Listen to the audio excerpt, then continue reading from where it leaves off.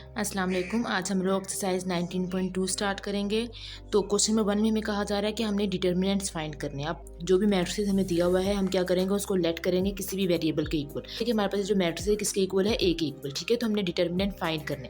तो हमारे पास जो फॉर्मूला होता है 2/2 मैट्रिसेस का डिटर्मिनेंट फाइंड करने का, वो होता है determinant of A is equal to A D minus B C. ये इस तरह से कहते हैं ए बी सी डी। फिर ए को डी से मल्टीप्लाई करवाते हैं, देन माइनस बी को सी से मल्टीप्लाई करवाते हैं। ठीक है, तो हमने इनकी जगह पे इनकी वैल्यूज पुट कर दी, सिंपल सोल्व कर दिया, तो ये इसका आंसर आ गया।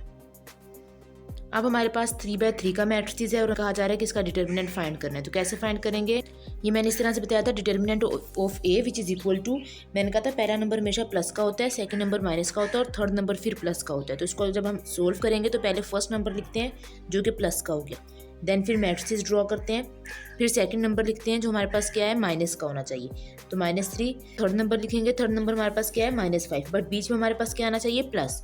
तो प्लस के बाद हम ब्रैकेट में इस नंबर को लिख लेंगे, फिर इसका मैट्रिसेस ड्रॉ कर लेंगे।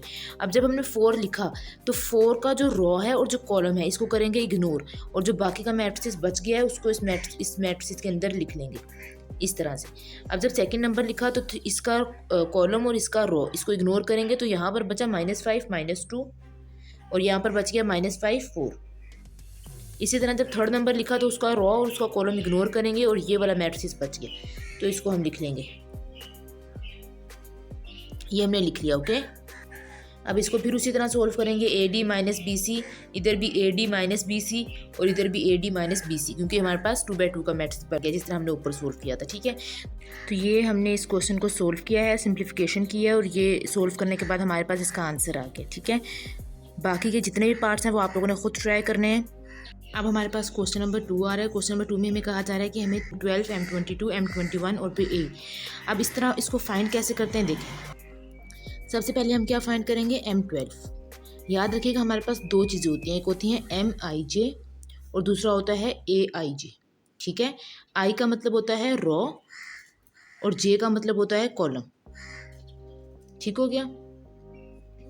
MIJ तो हम सिंपल कहते हैं डिटर्मिनेंट होता है हमारे पास, जो भी हमारे पास मैट्रिक्स होता है उसका इस रो और इस कॉलम को इग्नोर करके जो भी चीज़ बचती है उसका डिटर्मिनेंट ले लेते हैं। ठीक है, AIJ का मतलब होता है -1 -1 की पावर क्या हो जाएगी, रो प्लस कॉलम और उसके बाद MIJ, यानी ये इसका फॉर्मूला होता है। कैसे सोल्व करेंगे, M12 के लिए ध्यान से देखें, M12 which is equal to, first मैंने कहा था रो होता है और सेकंड वाली चीज़ होती है वो कॉलम होती है। तो हमें यहाँ पर कहा गया है कि फर्स्ट रो और सेकंड कॉलम को इग्नोर करना है, तो हमने क्या करना है, फर्स्ट रो को और सेकंड कॉलम को इग्नोर करना है। तो हमारे पास क्या बच गया मैट्रिसेस में, 1 1 और इस साइड पर बच गया 1 2, ये मैट्रिसेस आ गए हमारे पास।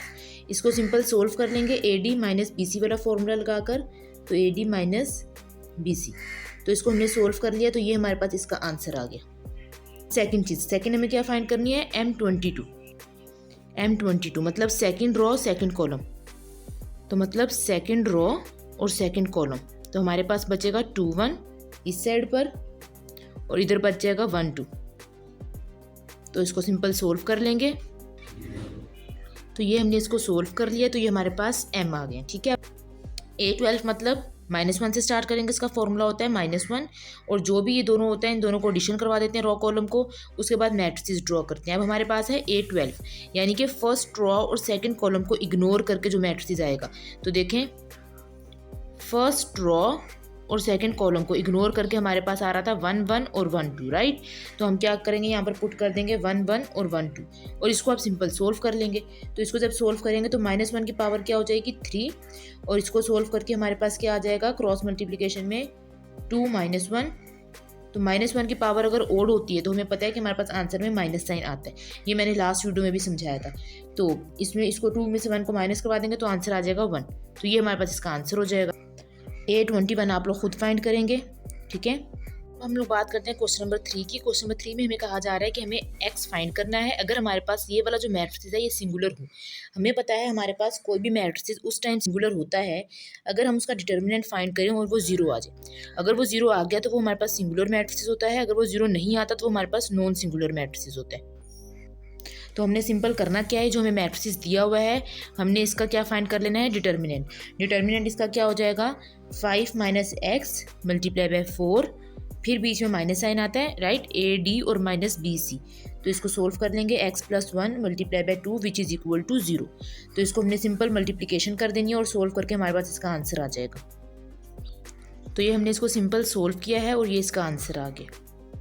तो देखें क्वेश्चन नंबर 4 में हमें कहा जा रहा है कि हमें एक मैट्रिक्स दिया गया है और हमें बताना है कि वो सिंगुलर है या नॉन सिंगुलर है। कैसे बताएंगे? मैंने भी बताया था कि हम सिंपल डिटर्मिनेंट फाइंड करते हैं। अगर डिटर्मिनेंट 0 आ गया तो वो हमारे पास सिंगुलर मैट्रिक्स होगा, अगर डिटर्मिनेंट 0 नहीं आता तो वो हमारे पास नॉन सिंगुलर होगा। तो हमने यहाँ पर सिंपल क्या किया, 3/3 का मैट्रिक्स था तो हमने इसका डिटर्मिनेंट फाइंड कर लिया और ये पूरा इसका सोल्यूशन हो गया। सोल्यूशन होने के बाद हमारे पास जो डिटर्मिनेंट ऑफ ए था वो 0 आ गया, तो मतलब ये हमारे पास सिंगुलर मैट्रिक्स है। बाकी के क्वेश्चन इंशाल्लाह हम लोग नेक्स्ट वीडियो में करेंगे। कोई भी प्रॉब्लम हो, कोई भी कन्फ्यूजन हो तो आप लोग कमेंट सेक्शन में पूछ सकते हैं। थैंक यू एंड अल्लाह हाफिज़।